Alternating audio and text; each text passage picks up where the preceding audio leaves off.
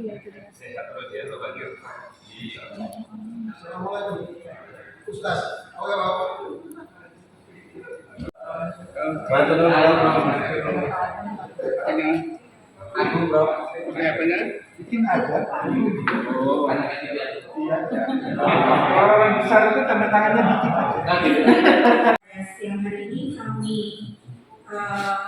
harapkan untuk pada PLT Dewan Pers Bapak Agung dan Majaya nanti akan membuka, dan kami juga memberikan hormat kepada Bapak dan Ibu yang sudah hadir tepat waktu pada siang hari ini.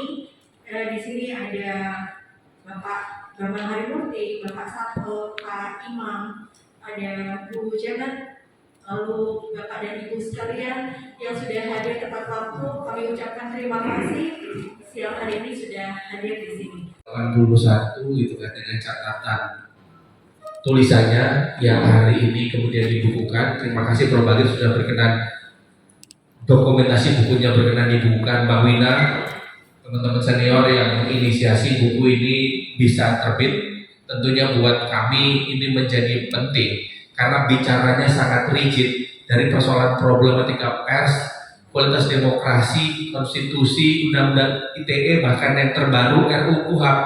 Dan saya kaget juga karena di situ juga bicara tentang penyiaran. Jadi rupanya Prof. Bagir lintas segala-galanya gitu kan. Beliau sebagai akademisi, beliau sebagai orang hukum, kemudian berkecimpung masuk di dunia pers, yang barangkali dulu kan bicaranya hanya hukum, kemudian berbicara tentang pers, bicara tentang hukum pers gitu kan. Bahkan juga bicara tentang undang-undang penyiaran. Jadi saya pikir ini sangat-sangat luar biasa.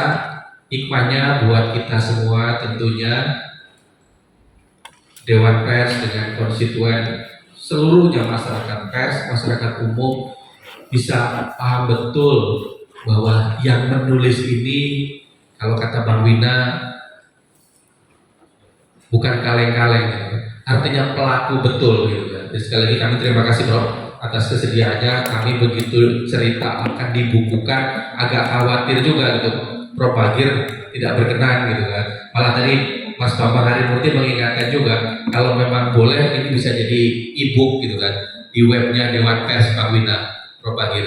Karena kalau yang baca mahasiswa kata Mas Bambang nggak sanggup beli, ya Mas Bambang ya. Jadi sudahlah, daripada beli buku gitu kan, boleh kalau e-booknya berkenan, boleh juga teman-teman mahasiswa gitu kan, supaya tahu betul apa yang terjadi pada saat-saat ini. Bapak yang Ibu, saya banggakan rasanya sekali lagi meneguhkan nanti Bang Wina bisa membedah seperti apa buku yang sudah ditulis oleh Prof. Bagir, dan sekali lagi kami mengapresiasi Bro, gitu kan, sangat-sangat produktif bukunya. Saya baru baca tadi beberapa lembar yang tadi cukup parsial, semuanya sudah terangkum gitu kan. Artinya tinggal barangkali kita menegaskan saja apa yang sudah ditulis, implementasinya sudah sejauh mana. Bapak Ibu yang saya hormati, sekali lagi dengan ucapan Bismillahirrahmanirrahim, harapannya apa yang sudah dilakukan oleh Prof. Bagir dengan bukunya tentunya sangat bermanfaat buat kita semua. Dan sekali lagi kami terus mendoakan Prof. Bagir tetap sehat, gitu kan, tetap produktif menulis, gitu kan. Kalau nanti ada lagi tulisan berikutnya Prof, boleh juga kami dibagi Prof, gitu kan. Pak Bagir itu orangnya sangat rendah hati, ya. Sehingga judul semula adalah 7 pandangan orang awam tentang pers. Bagaimana Pak Bagir sudah profesor, ketua Dewan Pers, ketua Mahkamah Agung, guru besar, masih mengatakan orang awam. Itu cuman kerendah hatian beliau saja. Ya, maka izin beliau dirubahlah menjadi judul ini, dan lebih terus terang memang lebih komersil judul ini gitu ya. Teman-teman, buku ini menarik sekali. Inilah buku gabungan tentang pers ya, yang ditulis dengan memenuhi berbagai aspek yang ada. Tentu dari segi akademis ini memenuhi unsur-unsur filosofinya, filsafatnya. Dia banyak sekali kutipan-kutipan. Ya, sebenarnya karena ini bukunya populer, kalau dia tidak populer tentu dengan berbagai footnote yang tapi karena Pak Bagir sudah kecipratan oleh pers, maka itu kutipan-kutipan itu dibuat dengan populer. Kata Pak Bagir, seorang profesor yang baik menerangkan sesuatu yang sulit dengan gampang. Sebaliknya profesor yang agak nyelimat menerangkan yang gampang dengan sangat sulit. Gitu. Ya, jadi ini bisa dibaca, ada kutipan-kutipan, banyak sekali referensi-referensi. Yang kedua tentu saja pandangan secara yuridis di sini ada, mulai dari dokumen apa yang ada ya, sampai catatan-catatan Pak Bagir mengenai masalah-masalah yuridis terangkum di sini. Dan akhirnya tentu secara sosiologis Pak Bagir tadi Pak Agung mengatakan beliau adalah pelaku ya. Nah, karena pelaku tentu mengalami sendiri dan itu berarti secara sosiologis semuanya ada juga di dalam buku ini. Ya. Dan memang buku ini dibuat sedemikian rupa dari aslinya. Ya, editing hanya editing yang penting-penting aja, mungkin kata di menunjukkan tempat atau dan sebagainya seperti itu. Pak Wina yang memimpin pertemuan kita, pimpinan dan anggota Dewan Pers, para jurnalis, apakah jurnalis itu masih melakukan pekerjaan jurnalistik atau tidak? Sekali jurnalis, tetap jurnalis, mestinya kan begitu ya. Sekali sarjana hukum, mestinya tetap sarjana hukum.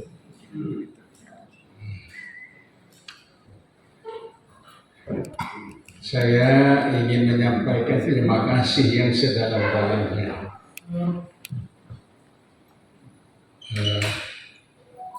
atas, khususnya atas pertemuan ini. Mengapa saya katakan sudah pertemuan ini, bukan pada pencetakan buku ini. Karena buku ini selalu atas inisiatifnya Bung Wina, tulisan-tulisan saya sejak di Dewan Pers terlibat dengan anda-anda semua itu selalu dikumpulkan oleh Pak Wina dan jadi buku. Dan ini kalau tidak salah Pak Wina yang kelima ya, buku itu termasuk judulnya apapun sistematiknya itu sepenuhnya Pak Wina, karena Pak Wina yang hati nurani, sebagai hati nurani. Dan saya menggolongkan pekerjaan jurnalistik, wartawan adalah pekerjaan intelektual. Karena memilih pekerjaan jurnalistik itu pasti tidak mungkin kaya. Seperti orang memilih pekerjaan menjadi guru, bukan begitu. Semata-mata karena panggilan. Dan panggilan itu bersifat profesional. Ya, profesionalisme. Panggilan profesionalisme adalah sebetulnya panggilan intelektual. Di berbagai kesempatan di forum yang lain yang terbatas menjadi avant-garde dan the guardians dari kehidupan intelektual di masyarakat kita, membutuhkan itu, gitu ya, membutuhkan itu. Terima kasih. Selanjutnya Bapak-Bapak dan Ibu-Ibu, berkaitan dengan buku ini, tidak ada pikiran saya buku ini jadi buku, ya. Lagi-lagi ini adalah kenekatan Pak Wina aja, ya. Yang selalu mengumpulkan itu, ya. Bahkan seperti tadi saya katakan dalam bentuk aslinya saya kumpulkan. Itu judulnya adalah 7 catatan awam tentang pers. Maka beberapa hari kemudian saya serta-merta mendapat WA dari Pak Wina. Karena Pak Wina orang Sukabumi dan saya orang Bandung, kami bahasa Sunda. Bapak Maya ya wae, Bapak itu kok ada saja, katanya menulis judul seperti itu. Nah, seperti biasanya saya serahkan kepada Pak Wina, apalah judulnya yang paling bagus, silakan dengan teman-teman itu. Pada waktu itu naskahnya itu saya hanya berikan Pak Wina, itu dikoreksi, Sebab saya takut salah. Sehingga orang awam di bidang pers, terutama dalam bahwa di halaman 103 secara jelas Pak Bagir mengatakan secara alami pers tidak mungkin dipisahkan dari politik. Pers sebagai general public institution atau general social institution senantiasa berhimpitan dengan politik.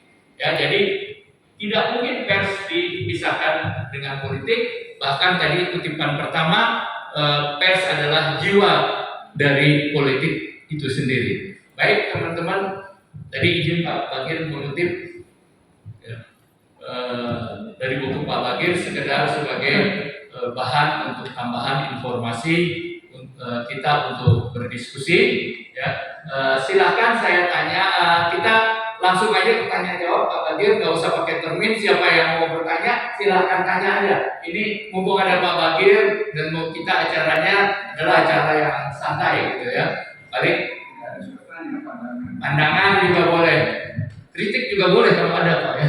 Yes. Kalau orang yang profesinya sebagai atlet pers tidak boleh kaya, sama seperti profesi guru, polisi, dokter, jasa, hakim itu sebenarnya nggak boleh kaya, Bro.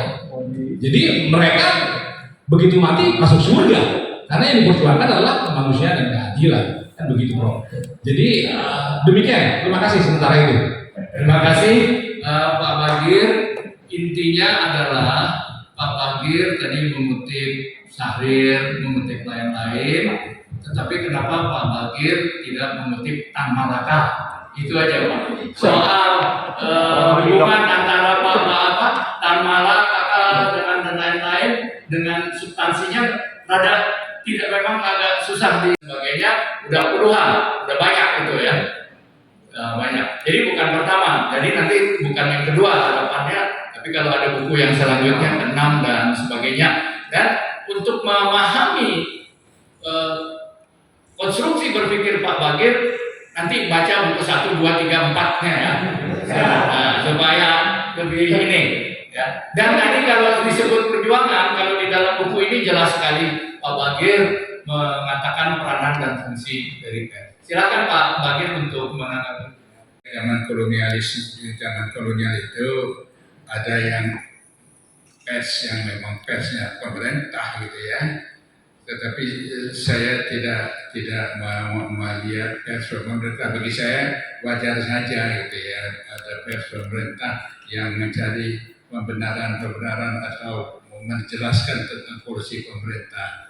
Saya hanya ingin lihat aspek, karena kita masih dalam upaya, kalau bahasa Pak Imamnya masih dalam perjuangan gitu ya, untuk mewujudkan cita-cita negara ini. Saya ingin sekali agar pers Indonesia itu menjadi pers perjuangan.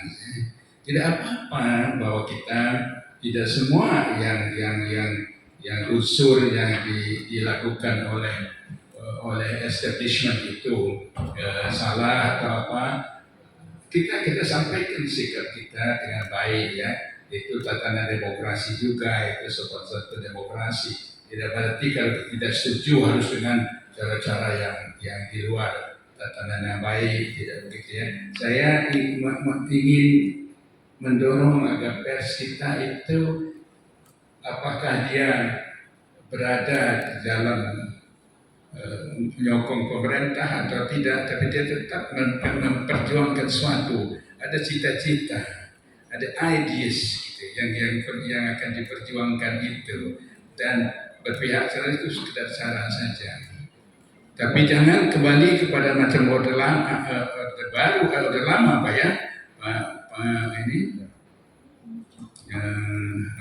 orde baru ya, bahwa pers itu harus attach kepada partai politik tertentu atau menjadi milik pemerintah tertentu, sehingga ada pers milik ABRI gitu ya, ada pers pemerintah, ada pers, semua pers menjadi under partai. Janganlah pers itu mestinya mempunyai sikap itu, bahwa dia mempunyai sikap cenderung kepada kekuatan politik tertentu, itu satu bagian dari kebebasan gitu ya.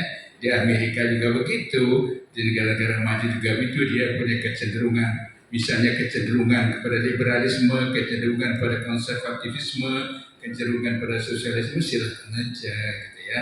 Tapi tetap dia mempunyai satu posisi bahwa kami adalah satu bagian dari struktur intelektual masyarakat kita yang hanya akan bicara tentang hal yang benar dan adil yang bermanfaat sebesar. Ya Pak Luhut ya, sebetulnya menginginkan Peradi itu satu-satunya organisasi advokat. Kita ingin mengembangkan seperti American Bar Association atau di mana-mana di dunia itu mereka satu aja. Karena tidak ada alasan untuk perpecahan. Karena ini satu kelompok profesional yang bekerja berdasarkan etika dan untuk melayani publik gitu ya. Jadi tidak ada unsur interest ya. Tetapi ketika kita terjebak dalam interest tentu, advokat menjadi tokoh politik dan segala macamnya, itu menjadi masalah. Kalau Anda menjadi profesional, jadilah profesional, jangan campur aduk gitu ya. Penyakit kita kan campur aduk itu gitu ya, mempunyai untuk melihat peluang-peluang itu ya. Jadi sehingga ada ya celakanya itu teman-temannya Pak Luhut juga ya, ada AI, teman-teman sahabat kita juga ya, dulu berjuang sama seperti LBH macam-macam gitu. Sekarang kok jadi begitu gitu ya?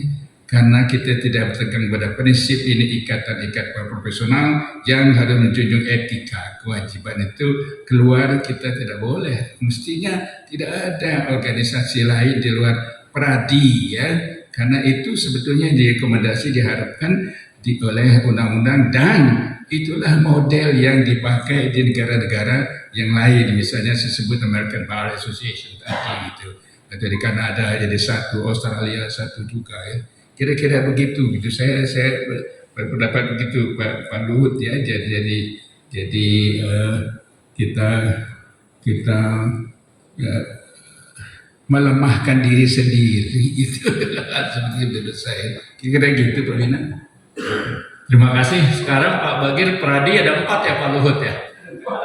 Ya, ada yang lain banyak gitu ya. Kayak pers awal-awal ketika undang-undang pers berlaku di mana-mana. Mungkin juga saya nggak tahu, mungkin juga ada yang abal-abal kali ya, nggak ikut ujian, lulus segala langsung disumpah dan sebagainya. Nah, Pak Luhut yang menarik adalah banyak profesor, tapi apakah profesor itu lupa sejarah ya di dalam KUHP? Karena kan kayak hasil artikelan itu adalah dibuat oleh Belanda khusus untuk menindas perlawanan dari orang-orang Indonesia yang ingin merdeka. Kok itu sekarang masih dipakai? Itu filosofinya udah nggak. Tapi masa profesor lupa? Nanti Pak Bagir tersinggung lagi kalau profesor lupa. Saya mau berkata selamat atas buku ini dan saya diperingat ketika saya baru saja ke Indonesia pada tahun 97 sampai 98 dan saya di sini ketika Harto turun, kemudian saya bertemu dengan Pak Al-Mudi, Pak Makarimurti dan Pak Kusuma, Pak Leo Batubara dan berbicara tentang undang-undang pers dan apa yang diharapkan oleh mereka. Dan saya sangat senang melihat undang-undang pers yang sangat kuat dan Dewan Pers yang sangat kuat dan menjadi semacam inspirasi untuk negara lain di Asia Tenggara ini. Dan saya ikut merasa bangga atas Dewan Pers ini dan semua anggota yang saya sangat hormati termasuk Pak Bagir. Terima kasih. Terima kasih Bu Janet. Jadi Pak Bagir waktu datang, Bu Janet ketemu Pak Bambang dan anggota Dewan Pers lain, mempelajari undang-undang pers, dan menurut Bu Janet dia bangga terhadap Dewan Pers di Indonesia yang kuat. Mungkin tanggapan Pak Bagir gimana? Terima kasih sekali atas penghargaan itu ke Dewan Pers. Dan ketika saya Dewan Pers, saya juga punya kesempatan untuk bersama teman-teman ini pergi ke beberapa tempat. Mereka sangat menghargai Dewan Pers itu gitu ya. Coba kalau kalah ambruk kita gitu ya. Itu dan Pak Imam mengaku mengadakan tumpeng untuk itu karena menang, untung menang gitu ya. Bagus, artinya hakimnya bagus lah gitu ya. Hakim Mahkamah Konstitusi mendengar pendapat bagaimana mengenai hal itu gitu ya. Antara lain itu Bu Janet itu saya terlibat, sekedar cerita, saya terlibat di Dewan Pers itu suatu hal yang ganjil benar gitu ya. Setelah pensiun dari pengadilan Pengaman Agung, saya kembali ke kampus sepenuhnya. Suatu ketika teman telepon gitu ya, aktivis pers gitu. Itu Pak Bagir, kita ini Pak Bagir ikut ya di Dewan Pers. Sebelah apa itu Dewan Pers itu? Ya untuk ini. Ya akhirnya sama sekali saya tidak ngerti pers dan mengerti praktek pers. Seperti tadi saya katakan saya pernah belajar hukum pers karena saya pernah menjadi mahasiswa di SMU Law School Dallas ya, untuk S2 saya dulu. Itu 35 tahun yang lalu, mungkin 40 tahun yang lalu. Sehingga saya tahu sedikit mengenai masalah itu amandemen pertama Undang-Undang Dasar Negara. Itu sama juga ketika saya menjadi hakim.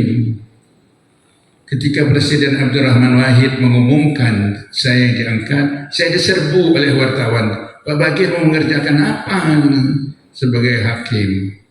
Ya saya belajar dulu lah bagaimana bekerja. Begitu juga ketika Dewan Pers.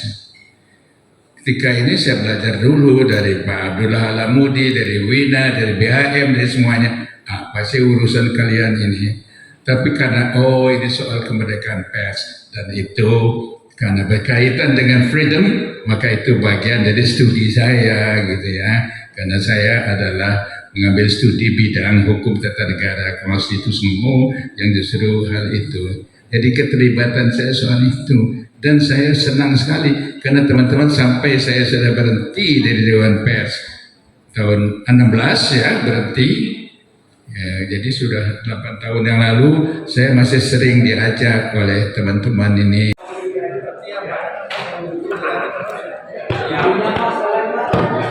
Bukunya. Bukunya tunjukin Pak. Nah, sip. Oke. 3, 2, 1, tambah. Sekali lagi. Tahan. 3, 2, 1. Oke.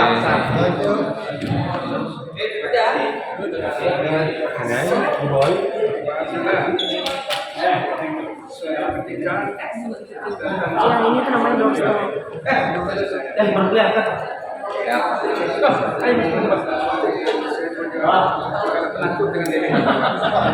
Gitu bro.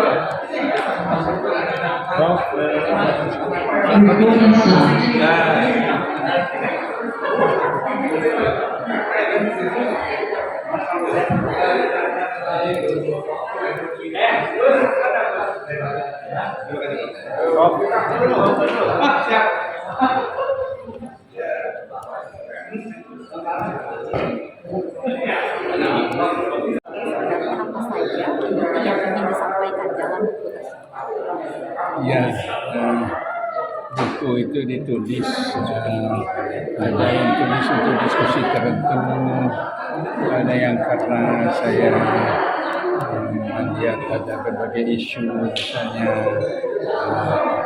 isu tentang keberatan beberapa pasal rancangan KUH pidana yang sepertinya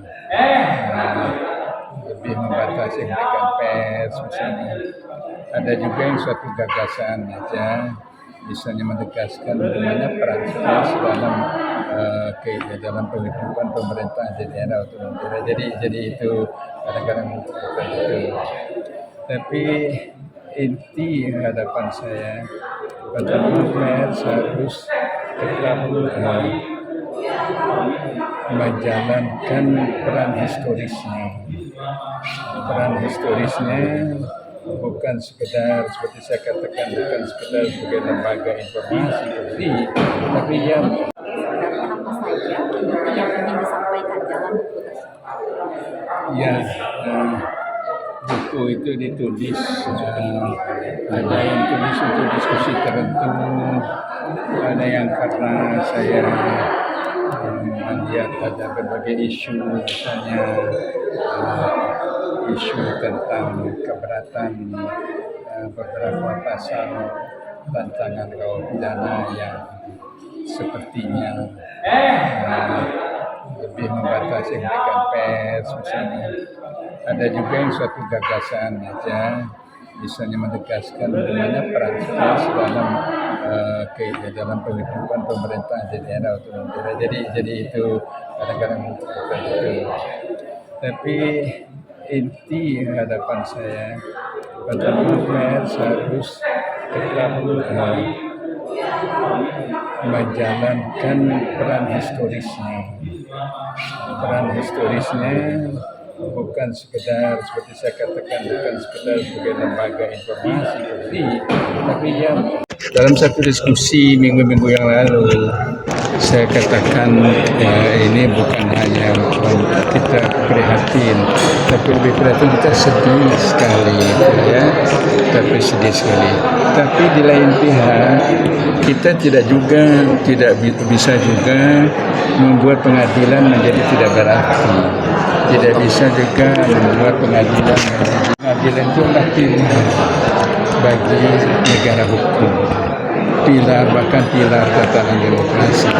Karena itu justru yang harus kita pikirkan, sistem apa yang harus kita ketemukan agar hal ini tidak terjadi ya. Saya beri contoh bagaimana mungkin seorang pegawai biasa dapat berhubungan dengan orang berperkara dan meyakinkan seolah-olah dia bisa mengatur hakimnya meskipun ini terjadi. Kok bisa begitu gitu ya? Ini sistemnya apa sebetulnya yang salah? Nah, saya minta agar kita tidak sekedar menghadapi masalah ini, tetapi bagaimana kita membangun sistem yang dan untuk itu kita bisa belajar dari negara-negara yang betul-betul mapan dengan baik mengenai hal sistem peradilan yang baik. Ya, kira-kira itu ya. Terima kasih Nanda semuanya ya. Ayo. Sehat-sehat. Apanya? Oh, sekarang kan udah pensiun. Sekarang kegiatannya apa nih? Kegiatannya ya saya masih kadang-kadang diundang oleh Universitas untuk uji ya, S3 macam ini Sabtu. Nanti saya masih ke UI untuk ujian terbuka S3 ya.